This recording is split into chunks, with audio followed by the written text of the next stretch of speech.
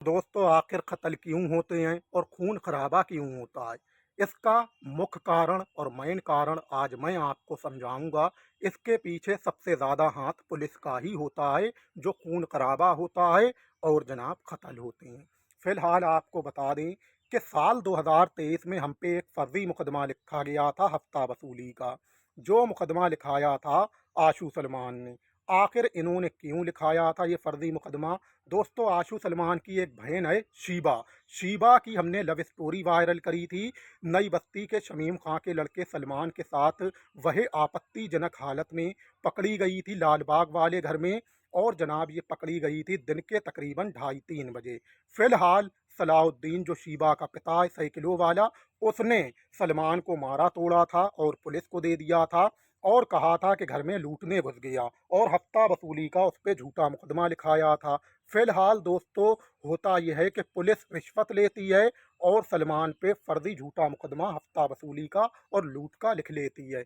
फिलहाल पुलिस को पता सब था, लेकिन पुलिस ने रिश्वत खा के लूट और हफ्ता वसूली का मुकदमा सलमान पे लिख लिया था। लिहाजा इसी पे हमने स्ट्रिंग ऑपरेशन चलाया था और स्ट्रिंग ऑपरेशन चलाते हुए हमने खुलासा किया था कि अदालत से पुलिस ने झूठ बोला है और अदालत की आंखों में धूल झोंकी है। सलमान हफ्ता वसूली नहीं कर रहा था सलाउद्दीन साइकिलों वाले से और ना ही वो घर में लूटने घुसा था। समझदार इंसान यहीं से समझ सकता है कि दिन के 2:30-3 बजे दारू के नशे की हालत में कोई भी किसी के घर में लूटने नहीं घुसेगा। लूटने जब भी घुसते हैं तो तकरीबन 4-5 लोग घुसते हैं, वो भी असला लेके घुसते हैं और रात में घुसते हैं।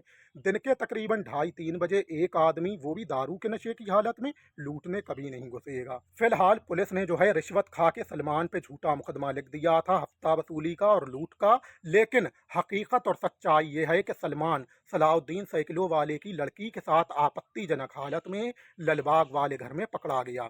पुलिस ने लूट और हफ्ता वसूली का मुकदमा लिख के अदालत की आंखों में धूल झोंकी थी और अदालत से झूठ बोला था। इसी पे हमने स्ट्रिंग ऑपरेशन चलाते हुए साल 2023 में शीबा सलमान की लव स्टोरी वायरल करी थी और हमने बताया था कि सलमान आपत्तिजनक हालत में शीबा के साथ पकड़ा गया था, जो कि पुलिस ने लिख के दिया है अदालत को रिश्वत खा के हफ्ता वसूली और लूट का मुकदमा। लेकिन वह लूट करने या हफ्ता वसूली करने नहीं घुसा था, बल्कि वह आपत्तिजनक हालत में दिन के 2:30-3 बजे सलाउद्दीन साइकिलों वाले की लड़की शीबा के साथ पकड़ा गया था। लेकिन दोस्तों, जब हमने ये लव स्टोरी वायरल करी और पूरे कायमगंज में वायरल हुई, तो फिर शीबा का भाई आशू और सलमान गए, ये रिपोर्ट लिखाया है कायमगंज थाने में और इन्होंने कहा कि ये वीडियो फर्जी है।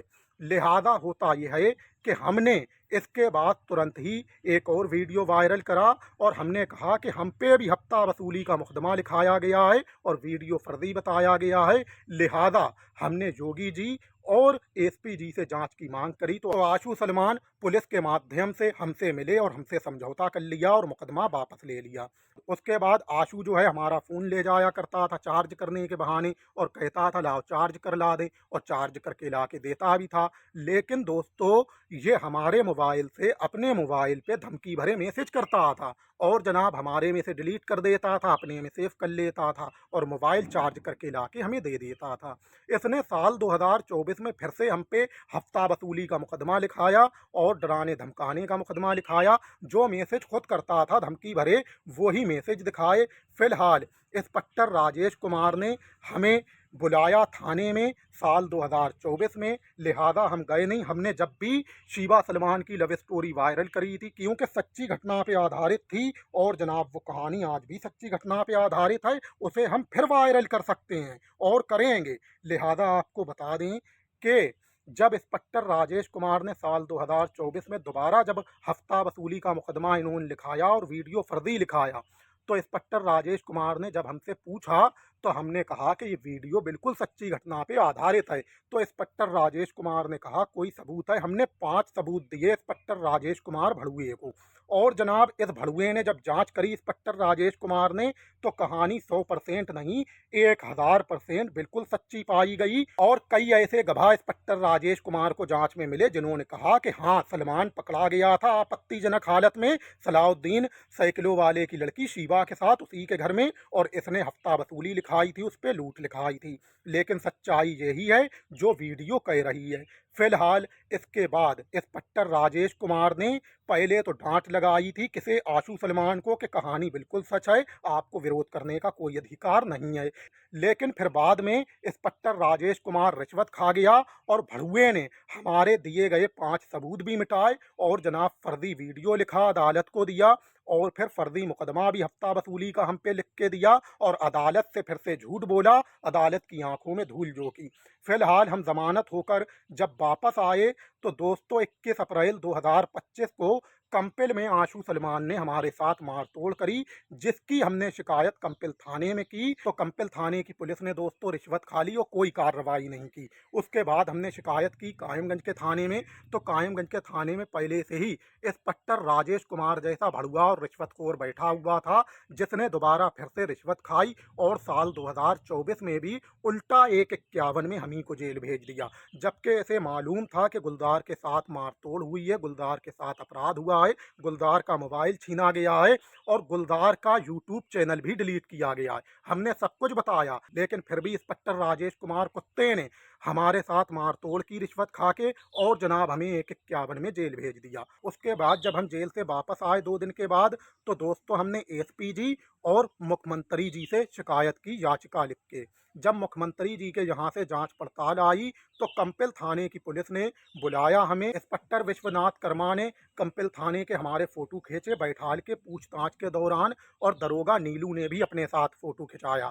तो हमने इस बात का विरोध भी किया कि आखिर आप लोग हमारा फोटो क्यों खींच रहे हो, हमारे बयान डिकोड करो और मुख्यमंत्री कार्यालय भेजो, क्योंकि हमें पहले ही इन पे शक था और हमने इनसे थाने में कहा भी था कंपिल के कि तुम लोग फोटो खींच रहे हो और बाद में लिख के भेज दोगे कि हमारी जांच में ऐसा कोई तथ्य नहीं पाया गया कि गुलजार के साथ मारतोड़ हुई है, बल्कि गुलजार जो है पिछला मुकदमा वापस कराने के लिए झूठा प्रार्थना पत्र दे के दबाव बना रहा, तुम यही लिख के भेजोगे। हमने कहा इसीलिए फोटो खींच रहे हो, हमारे बयान डिकोड करो भेजो मुख्यमंत्री कार्यालय। लिहाजा होता यह है कि इन लोगों ने यही लिख के भेजा, रिश्वतखोरों ने रिश्वत खा के, दरिंदों ने भड़ुओं ने, कि गुलजार जो है झूठा प्रार्थना पत्र दे के पिछला मुकदमा वापस कराने का दबाव बना रहा है, इनके साथ मारतोड़ हुई है, हमारी जांच में ऐसा कोई तथ्य नहीं पाया गया। और इनकी जांच में यह पाया गया था कि गुलजार के साथ मारतोड़ हुई है, ये जांच में खूब पाया गया, लेकिन फिर भी रिश्वतखोरी करके इन भड़ुओं ने यही लिख के भेजा और झूठ बोला मुख्यमंत्री से, मुख्यमंत्री कार्यालय से, और मुख्यमंत्री को गुमराह किया, उसके कार्यालय को गुमराह किया, उसकी आंखों में धूल झोंकी। फिलहाल होता यह है कि जब कोई कार्रवाई नहीं हुई तो हम समझ गए कि इन्होंने खाना पूर्ति कर दी है और यही लिख के भेजा है कि गुलजार झूठा प्रार्थना पत्र दे के पिछला मुकदमा वापस करने के लिए दबाव बना रहा, हमारी जांच में ऐसा कोई तथ्य नहीं पाया गया, इन्होंने यही लिख के भेजा होगा रिश्वतखोरों ने। उसके बाद हमने 1076 पे फ़ोन कॉल करके मुख्यमंत्री के यहाँ शिकायत की, लिहाजा मुख्यमंत्री के यहाँ से फीडबैक भेजा गया, लेकिन ये कानून के दरिंदे रिश्वतखोर फिर यही लिख के भेज देते हैं कि हमारी जांच में ऐसा कोई तथ्य नहीं पाया गया, गुलजार झूठ बोल लिया है और गुलजार पिछला मुकदमा वापस कराने के लिए दबाव बना रहा है। ये लोग बराबर रिश्वतखोरी कर रहे हैं और जनाब अदालत की भी आंखों में धूल झोंक रहे हैं, वहीं मुख्यमंत्री कार्यालय की भी आंखों में धूल झोंक रहे हैं और वहीं मुख्यमंत्री की भी आंखों में धूल झोंक रहे हैं। मुख्यमंत्री कार्यालय से झूठ बोल रहे हैं, अदालत से झूठ बोल रहे हैं, मुख्यमंत्री से झूठ बोल रहे हैं और जनाब उन्हीं से 1,50,000 महीना तनख्वाह भी ले रहे हैं और उन्हीं से 10,000 5,000 की रिश्वतखोरी करके झूठ भी बोल रहे हैं।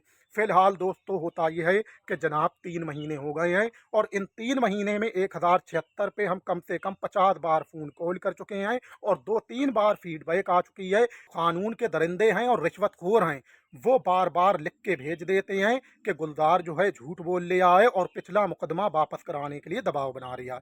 लेकिन मैं जो हूँ कोई समझौता अशुआ से और सलमनुआ से नहीं करना चाहता हूँ और जनाब ना ही मैं दबाव बना रहा हूँ, अदालत को खुद दिख रहा है कि ये मुकदमा फर्जी है। फिलहाल 21 अप्रैल 2025 को जो हमारे साथ कंपिल में मारतोड़ हुई है और जनाब उसकी हम शिकायत कर रहे हैं आज 3 महीने से और लगातार कानून के दरिंदे रिश्वतखोर भड़ुए जो हैं वो मुख्यमंत्री कार्यालय को, अदालत को और मुख्यमंत्री को गुमराह कर रहे हैं और झूठी जांच रिपोर्टें लगा रहे हैं और हमें कोई इंसाफ नहीं मिल रहा है। लिहाजा अगर मुख्यमंत्री जी में हिम्मत है तो इंसाफ दें हमें, और अगर नहीं इंसाफ कर सकते हैं तो ठेका जो लिए बैठे हैं वो साफ ये कह दें कि गुलजार हम तुम्हारे साथ इंसाफ नहीं कर सकते हैं, आप अपना बदला खुद ले, कैसे लोगे आप जानो। ना कह दें तो हम अपना बदला 24 घंटे के अंदर ले लेंगे और आशू सलमान को गोलियों से भून डालेंगे। हम जो शिकायतें कर रहे हैं मुख्यमंत्री कार्यालय तक, एसपी तक, इसका मतलब ये नहीं है कि हम कमज़ोर हैं। पूरा खैमगंज जानता है कि हम आशू सलमान से बहुत ज़बर हैं, बहुत ज़्यादा। लेकिन हमारी दूसरी माँ के बच्चे हमारे साथ गद्दारी कर रहे हैं और अगर हम सब भाई एक हो जाएं तो आज ही इन्हें इनके घर में घुस के जूतों से मारेंगे और जनाब गोदाम में घुस के मारेंगे। ये तो हमारे नीचे का एक बाल हैं, आशू सलमान हैं क्या? ये हम पे फर्जी मुकदमा लिखा दें, इनकी हिम्मत नहीं थी। ये हम पे फर्जी मुकदमा लिखा दें, इनकी हिम्मत नहीं थी। लिहाजा हमारी जो दूसरी माँ के बच्चे हैं उन्हीं की हवा थी कि ये मुकदमा लिखा जाए और गुलजार यहाँ से भाग जाए, हम ज़मीन को जोते खाएं। फिलहाल हमारे जो भाइयों की नीयत है वो ज़मीन पे ख़राब है, इसीलिए वो बोल नहीं रहे हैं। और जनाब अगर वो बोलते तो ये डर के मारे मुकदमा लिखाने जाता ही नहीं। लेकिन उसने समझ लिया था कि इसके भाई बोलेंगे नहीं, इसीलिए उनने हाथ चलाया। फिलहाल हमारे भाई जो हैं वो ज़मीन के चक्कर में दोगलापन कर रहे हैं और फिर दूसरी माँ के हैं, इसलिए हमारे साथ गद्दारी कर रहे हैं। लेकिन मुख्यमंत्री कार्यालय खाली हमसे इतना कह दे कि हम इंसाफ नहीं कर सकते हैं, आप अपना बदला अपने आप लोग कैसे लोगे ये आप जानो, 24 घंटे के अंदर आशू सलमान की हम छाती को गोलियों से भून डालेंगे। अगर हमारी दूसरी माँ के बच्चे हमारे साथ गद्दारी नहीं करते तो आशू सलमान की इतनी हिम्मत नहीं थी कि थाने में नाम तो लिखाना दूर की बात है, ये हमारी तरफ गुर्रा के देख भी लेते, इतनी हिम्मत नहीं थी। लेकिन हमारी दूसरी माँ के बच्चों ने हमारे साथ गद्दारी करी है और जनाब उन्हीं की हवा पे, उन्हीं की शय पे ये झूठा मुकदमा लिखा के आया है। लेकिन मुख्यमंत्री कार्यालय से, मुख्यमंत्री योगी आदित्यनाथ जी से और अदालत से हमारी गुजारिश है कि हम आशू सलमान से किसी बात में कमज़ोर नहीं हैं। लिहाजा हम कानून का सम्मान कर रहे हैं। हमारे साथ अदालत, मुख्यमंत्री जी, मुख्यमंत्री कार्यालय या तो इंसाफ करे या फिर हमें साफ ये जवाब दे दे कि हम इंसाफ नहीं कर सकते हैं, आप अपना बदला कैसे लोगे ये आप जानो, हमें कोई मतलब नहीं है। तो हम 24 घंटे के अंदर आशू सलमान की छाती को गोलियों से भून डालेंगे, इनकी छाती में इतनी बारूद भर देंगे कि जनाब इनकी पुश्ते तक याद रखेंगी। फिलहाल जो खून खराबा होता है और जो कत्लेआम होता है, पुलिस की यही रिश्वतखोरी आगे चल के खून खराबा और कत्लेआम की मेन वजह, मेन कारण बनती है कि जनाब ये एक इंसान के साथ रिश्वतखोरी करके दरिंदे भड़ुए नाइंसाफ़ी करे चले जाते हैं और उसको परेशान करते हैं। कौन? ये भड़ुए रिश्वतखोर पुलिस वाले। फिलहाल दोस्तों हमने योगी जी से शिकायत करी है और एसपी जी से अपने चैनल के माध्यम से शिकायत करी है, हमें इंसाफ दो या फिर साफ जवाब दो।